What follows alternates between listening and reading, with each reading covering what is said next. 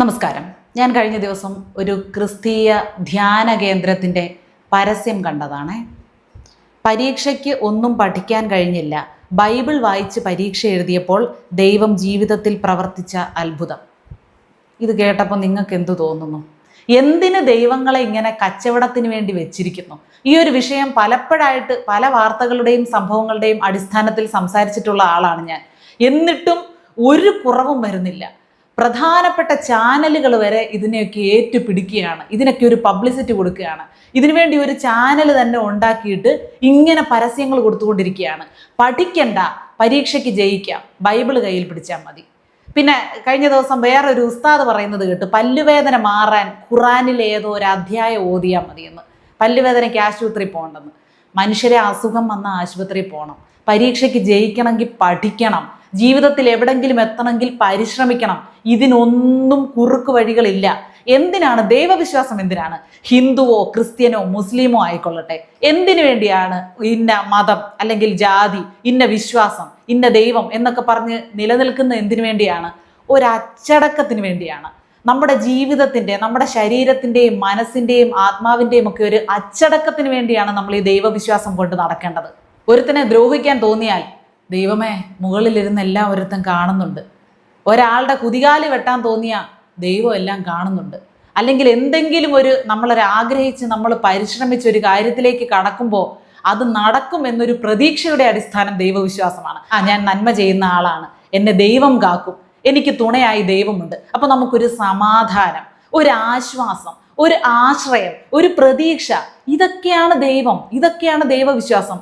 അല്ലാതെ ചുമ്മാതെ ബൈബിൾ വായിച്ചു അല്ലെങ്കിൽ ബൈബിൾ കയ്യിൽ പിടിച്ചിട്ടുണ്ട്, ഒരു കൊന്ത കയ്യിൽ പിടിച്ചിട്ടുണ്ട് എന്ന് കരുതി പരീക്ഷ ജയിക്കുവോ? പഠിച്ചില്ലെങ്കിൽ താൻ പാതി ദൈവം പാതി എന്നാണ് ചൊല്ല് തന്നെ. നമ്മൾ ചെയ്യാനുള്ള 50% ചെയ്യുമ്പോൾ ഈ പ്രപഞ്ചം, ഈ പ്രകൃതി അല്ലെങ്കിൽ ദൈവം, ഈശ്വരൻ നമുക്ക് വേണ്ടി ബാക്കി ചെയ്തുകൊള്ളും.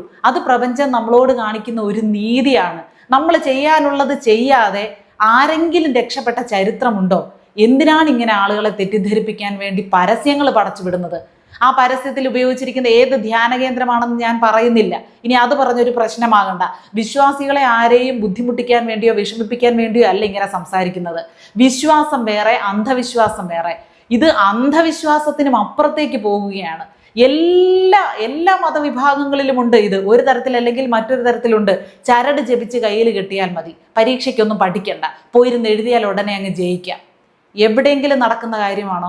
ആരെങ്കിലും ഇത് വിശ്വസിക്കുമോ? വിശ്വസിക്കാൻ കൊള്ളാമോ? ഇതൊന്നും വിശ്വസിച്ചുകൂടാ. നമ്മൾ ചെയ്യാനുള്ള നമ്മുടെ കർമ്മം ചെയ്യുക. ശ്രീബുദ്ധൻ പറഞ്ഞതുപോലെ കർമ്മമാണ് ഏറ്റവും വലിയ പ്രാർത്ഥന. നമ്മുടെ കർമ്മം നല്ലതാണെങ്കിൽ നമുക്ക് സദ്ഫലം കിട്ടും. അല്ല, നമ്മുടെ കർമ്മം മോശമാണെങ്കിൽ അതുപോലെയുള്ള ഫലമായിരിക്കും നമുക്ക് കിട്ടുന്നത്. കർമ്മത്തെ അടിസ്ഥാനപ്പെടുത്തിയിരിക്കും നമ്മുടെ ജീവിതത്തിൻ്റെ ഉയർച്ചയും താഴ്ചയും, ജീവിതത്തിൽ അനുഭവിക്കുന്ന കഷ്ടപ്പാടും ബുദ്ധിമുട്ടുമൊക്കെ. എന്ന് കരുതി ജീവിതത്തിൽ കഷ്ടപ്പെടാത്ത ആളുകൾ ആരുമില്ല. നമ്മൾ ചിലപ്പോൾ നന്നായിട്ട് പഠിച്ചിട്ട് പോയെന്ന് പറഞ്ഞാലും ചില സമയത്ത് നമുക്കൊരു മറവി വന്നെന്ന് വരാം. എവിടെയാണ് ദൈവം നമുക്ക് വേണ്ടി പ്രവർത്തിക്കുന്നത്? അല്ലെങ്കിൽ ഈ പ്രപഞ്ചം, പ്രകൃതി നമുക്ക് വേണ്ടി എപ്പോഴാണ് ഉണർന്ന് പ്രവർത്തിക്കുന്നത് എന്നാണ് ഞാൻ പറയുന്നത്.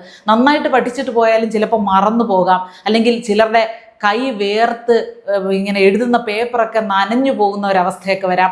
ടെൻഷൻ കൂടിയിട്ട് എന്തെങ്കിലും ഒരു ബുദ്ധിമുട്ട്, ശാരീരിക ബുദ്ധിമുട്ട്, മാനസിക ബുദ്ധിമുട്ട് ആ അവസരത്തിലുണ്ടാകാം. അതിനെയൊക്കെ സമാധാനപ്പെടുത്താൻ ഒരു ദൈവവിശ്വാസം, ദൈവചിന്ത നമുക്ക് നല്ലതാണ്. ആ സമയത്ത് മനസ്സിനെ ഒന്ന് സമാധാനം, എൻ്റെ കൂടെ ദൈവമുണ്ട്, അല്ലെങ്കിൽ എൻ്റെ കൂടെ ഈ പ്രപഞ്ചം മുഴുവനുണ്ട്. ഞാൻ പഠിക്കാനുള്ളത് ഞാൻ പഠിച്ചിട്ടുണ്ട്, ഞാൻ ചെയ്യാനുള്ളത് ഞാൻ ചെയ്തിട്ടുണ്ട്. ഇനി എനിക്ക് വിജയകരമായി എൻ്റെ ലക്ഷ്യത്തിലേക്ക് എത്താൻ സാധിക്കും എന്ന ഒരു ആത്മവിശ്വാസം നമുക്ക് തരുന്നില്ലേ? ആ തരുന്നതിൻ്റെ പേരാണ്, ആ ഉറവിടത്തിൻ്റെ പേരാണ് ദൈവം അല്ലെങ്കിൽ പ്രകൃതി അല്ലെങ്കിൽ ദൈവവിശ്വാസം എന്നൊക്കെ പറയുന്നത്. അതിനപ്പുറം ഒന്നുമല്ല. ഈ കൊച്ചു പിള്ളേരെയൊക്കെ പഠിക്കുന്നില്ല എന്ന് പറഞ്ഞുകൊണ്ട്, അല്ലെങ്കിൽ ഇവർ ജനിച്ചതിന് ശേഷം നമ്മുടെ ജീവിതത്തിൽ മോശം കാര്യങ്ങളാണ് ഉണ്ടാകുന്നതെന്നൊക്കെ പറഞ്ഞ് ഓരോ ജ്യോത്സ്യന്മാരുടെ അടുത്തൊക്കെ കൊണ്ടുപോയി അവരെ ഉപദ്രവിപ്പിക്കുന്ന വീട്ടുകാരൊക്കെ ഉണ്ട്. എനിക്ക് നേരിട്ട് മെയിൽ അയച്ചിട്ടുണ്ട് ഒരു സ്ത്രീ. കുറേ നാളുകളായിട്ട് അവർ ഈ വീട്ടുകാരുടെ പീഡനം, ഈ ഒരു ജ്യോത്സ്യൻ്റെ പീഡനം അനുഭവിച്ചുകൊണ്ടിരിക്കുകയാണ്. ജ്യോത്സ്യനുമല്ല, മന്ത്രവാദി. ഇങ്ങനെ മന്ത്രവാദികളുടെ അടുത്ത് കുട്ടികളെ കൊണ്ടുപോവുക, അതിന് പരീക്ഷയ്ക്ക് വേണ്ടിയിട്ടുള്ള കുറുക്ക് വഴികൾ നോക്കുക, പഠിക്കാൻ വേണ്ട സാഹചര്യം ഉണ്ടാക്കി കൊടുക്കുക കുട്ടികൾക്ക്. അവർ പഠിക്കും, നന്നായിട്ട് പഠിക്കട്ടെ, അവർക്ക് പഠനോപകരണങ്ങൾ വാങ്ങിച്ചു കൊടുക്കുക, അല്ലെങ്കിൽ നല്ല സ്കൂളുകളിൽ ചേർക്കുക, അധ്യാപകരുമായിട്ട് നന്നായിട്ട് ആശയവിനിമയം നടത്തുക, സ്കൂളിൽ നിന്ന് വീട്ടിൽ വരുമ്പോൾ അവരുടെ ബാഗ് പരിശോധിക്കുക, അവർ പഠിക്കുന്നതിനൊരു ഇടയ്ക്കിടയ്ക്ക് അവർക്കൊരു കൈത്താങ്ങാകുക.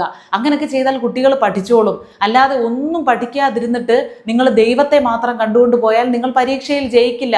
ഇതൊക്കെ വെറുതെ പറയുന്നതാണ്. ഓരോരുത്തർ ഇങ്ങനെ സാക്ഷ്യം പറയുന്നത് എത്ര വലിയ കള്ളമാണ് ഇങ്ങനെ സാക്ഷ്യമായിട്ട് വന്ന് പറയുന്നത്. ദൈവത്തെ നാറ്റിക്കലല്ലേ ഈ പണി, അല്ലേ? ദൈവത്തെ അങ്ങേയറ്റം അവഹേളിക്കലല്ലേ ഇവർ ചെയ്യുന്നത്. ഈ കഴിഞ്ഞ ദിവസം പാസ്റ്റർമാരെ കുറിച്ച് ഞാൻ 2-3 വീഡിയോകൾ അടുപ്പിച്ച് ചെയ്തിട്ടുണ്ട്. അപ്പോൾ ഒരാൾ പറയുന്നത് കേട്ടു, ഹിന്ദുക്കളിലും ഇങ്ങനെ മന്ത്രവാദികളില്ലേ ശീതളെ? അങ്ങനെയല്ല ചോദിച്ചത്, നിങ്ങളുടെ കൂട്ടത്തിലും ഇല്ലേ എന്നൊക്കെ. ഞാനിങ്ങനെ ഞങ്ങളുടെ കൂട്ടത്തിൽ, നിങ്ങളുടെ കൂട്ടത്തിൽ, ഞങ്ങളുടെ മതം, നിങ്ങളുടെ മതം എന്നും വേർതിരിച്ചല്ല പറയുന്നത്. കൺമുന്നിൽ കാണുന്നതിനെ വിമർശിക്കുകയാണ്. ഹിന്ദുക്കളിൽ എണ്ണം പറഞ്ഞ ഗോഷ്ഠികളും കോപ്രായങ്ങളും കോമാളിത്തരങ്ങളുമാണ് ഹിന്ദു മതത്തിലും ഉള്ളത്. ഓരോരുത്തരുടെ ശരീരത്തൊക്കെ ദൈവം കയറിയെന്നും പറഞ്ഞ് കിടന്ന് കാണിക്കുന്ന ഒരു ഫാമിലി ആയിട്ട് ഞാൻ കഴിഞ്ഞ ദിവസം കണ്ടു. ഒരു ഫാമിലിയിലെ എല്ലാവരുടെയും ദേഹത്ത് പല ദൈവങ്ങൾ കയറിയിട്ട് അവർ ഫാമിലി ആയിട്ട് അനുഗ്രഹിക്കാൻ ഇറങ്ങിയിരിക്കുക. അനുഗ്രഹിക്കുന്ന സമയത്ത് പൈസ കൊടുത്തില്ലെങ്കിൽ അവരെയൊക്കെ അങ്ങ് ശപിച്ചു കളയും. തോന്നിയാസല്ലേ കാണിക്കുന്നത്. ഇതിൻ്റെ പേരിൽ മദ്യം വാങ്ങിച്ച് സേവിക്കുന്ന ആളുകളുണ്ട്, പൈസ പിടുങ്ങുന്ന ആളുകളുണ്ട്, ആളുകളുടെ സമയം നഷ്ടപ്പെടുത്തുന്ന ആളുകളുണ്ട്, അവരുടെ വിശ്വാസത്തെ നഷ്ടപ്പെടുത്തുന്ന ആളുകളുണ്ട്. അങ്ങനെയൊന്നും ചെയ്തുകൂടാ. കർമ്മമാണ് ഏറ്റവും വലിയ പ്രാർത്ഥന എന്ന ചിന്ത മാത്രം മനസ്സിൽ കൊണ്ട് നടക്കുക. പാസ്റ്റർമാരെ പറഞ്ഞപ്പോൾ കുറേ ആളുകൾക്ക് അത് വല്ലാത്ത രീതിയിൽ വേദനിച്ചു എന്ന് എനിക്ക് മനസ്സിലായി. ഞാൻ ഈ യഥാർത്ഥത്തിൽ ദൈവത്തിന് വേണ്ടി പ്രസംഗിച്ച് നടക്കുന്ന സുവിശേഷ പ്രാസംഗികരെയല്ല ഞാൻ പറഞ്ഞത്. കള്ളന്മാരുണ്ട്, ആളുകളുടെ കയ്യിൽ നിന്ന് പൈസ വാങ്ങിക്കാൻ വേണ്ടി മാത്രം കള്ളത്തരം കാണിക്കുന്ന ഒരുപാട് പേരുണ്ട്. അതൊക്കെ നമ്മുടെ കൺമുന്നിൽ തെളിഞ്ഞിട്ടുള്ളതല്ലേ പലതും. ഇവരെല്ലാം കറക്റ്റ് ചെയ്ത് വെക്കുന്നതായി ഈ കസ്റ്റമേഴ്സിനെ. വിശ്വാസികളൊന്നും പറയാൻ പറ്റില്ല. യഥാർത്ഥ വിശ്വാസികൾ ഇങ്ങനെയൊന്നും പോകില്ല, ഇങ്ങനെയൊന്നും തലവെച്ച് കൊടുക്കില്ല. അതുകൂടാതെ ഞാൻ മറ്റൊരു വിഷയം പറയുകയാണ്. എൻ്റെ ഒരു അറിവിൽ ഞങ്ങളുടെ ഒരു കുടുംബ സുഹൃത്താണ് ഇങ്ങനെ ധ്യാന കേന്ദ്രത്തിൽ പോയി അതിനങ്ങ് അഡിക്റ്റായി. എന്നിട്ടിപ്പോൾ എന്തോ ഒരു മാനസിക നില തെറ്റിയ അവസ്ഥയിലാണ്. പരിസരബോധമില്ലാതെ സംസാരിക്കുക, വെറുതെ ശൂന്യതയിലേക്ക് നോക്കിക്കൊണ്ടിരിക്കുക. ഇതിലങ്ങ് അഡിക്ഷനായിപ്പോയി. മദ്യപാനത്തിനും മയക്കുമരുന്നിനുമൊക്കെ അടിമപ്പെടുന്നത് പോലെ തന്നെയാണ് ഈ അന്ധവിശ്വാസത്തിന് അടിമപ്പെടുന്നത്. അവരതിലായിക്കഴിഞ്ഞാൽ അവരെ തിരിച്ചു കൊണ്ടുവരാൻ, മോചിപ്പിക്കാൻ വലിയ പ്രയാസമാണ്. അങ്ങനെയൊക്കെ ആയിക്കഴിഞ്ഞ് ഈ ധ്യാനകേന്ദ്രത്തിൽ തന്നെ ഇവരെ തിരിച്ചു കൊണ്ടുചെല്ലുമ്പോൾ പറയുന്നത് ദൈവവിളി കിട്ടിയതാ, ദൈവമാണ് അവർക്ക് അങ്ങനെ കൊടുത്തത്, ദൈവം എന്തോ വരം കൊടുത്തതാണ്, അനുഗ്രഹം കൊടുത്തതാണെന്നൊക്കെ പറഞ്ഞ് പിന്നെ അങ്ങനെയും ഇവരെ ചൂഷണം ചെയ്യാനിരിക്കും, ഇവരെ കൊണ്ട് സാക്ഷ്യമൊക്കെ പറയിപ്പിക്കാനിരിക്കും. അതിലൊന്നും ചെന്ന് പെടാതിരിക്കുക. നമുക്കൊരു ഏജന്റിൻ്റെയും ആവശ്യമില്ല. ഞാനിത് പറയുന്നത് 100ാമത്തെ പ്രാവശ്യമാണെന്ന് തോന്നുന്നു. ദൈവത്തിനോട് നേരിട്ടിരുന്ന് നമുക്കറിയാവുന്ന ഭാഷയിൽ സംസാരിക്കുക. നമുക്ക് കിട്ടാനുള്ളത് ദൈവം തരും.